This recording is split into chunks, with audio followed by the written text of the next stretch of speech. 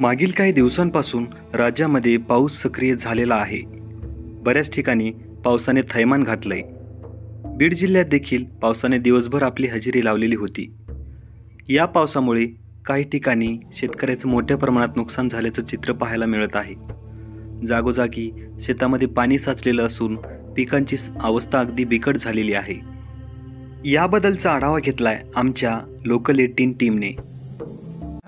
सोयाबीनचे जास्त प्रमाणात नुकसान झालेलं आहे, कारण की आम्ही खत एवढं प्रमाणात वापरून खर्च केलेला आहे, तरी पण सोयाबीन गेलेली आहे.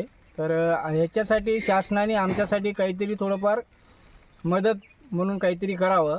आणि कापूस पण आमची चांगल्या प्रमाणे नुकसान म्हणजे मोठ्या प्रमाणे नुकसान झालेली आहे. आणि त्यानंतर आम्ही सोयाबीनला 2 वेळेस फवारण्या करून सुद्धा सोयाबीन आमच्या शेती पूर्णपणे वाया गेलेली आहे.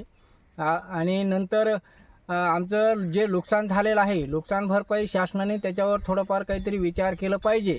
हा आमचा मोठा एक शेतकऱ्याचा प्रश्न आहे. सगळं जे आहे ते शेतीवर अवलंबून आहे आणि शेतीला आम्हाला दुसरा काही जोडधंदा नाही आहे, त्याच्यामुळं आम्हाला शेतीच हे करावं लागते. आणि पावसामुळे आमची शेतीला मोठ्या प्रमाणात नुकसान झालेलं आहे शेतकऱ्यांचं. आणि हा शेतकऱ्याचा जो मुद्दा आहे ह्याच्यावर थोडं शासनाने मोठ्या प्रमाणात काळजी घ्यावी, हा माझा एक मोठा प्रश्न आहे.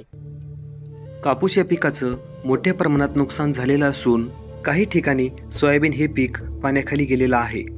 सोयाबीनसह मूग या पिकाचा देखील यामध्ये समावेश आहे. काल व परवा झालेल्या पावसानं बीड जिल्ह्यामध्ये अतोनात नुकसान झालेलं आहे. शेतकऱ्याच्या मालाचं अतोनात नुकसान झालेलं आहे. सोयाबीन, कापूस यासाठी मायबाप सरकारला एवढीच विनंती, लवकरात लवकर पंचनामे करून शेतकऱ्याला होईल तेवढी लवकर मदत जाहीर करावी, ही नम्र विनंती. काही ठिकाणी पिकांचे मोठ्या प्रमाणात नुकसान झालेले असून शेतकरी पंचनाम्याची मागणी करत मदतीचे हात पसरवत आहेत. प्रशांत पवार, लोकल 18, बीड.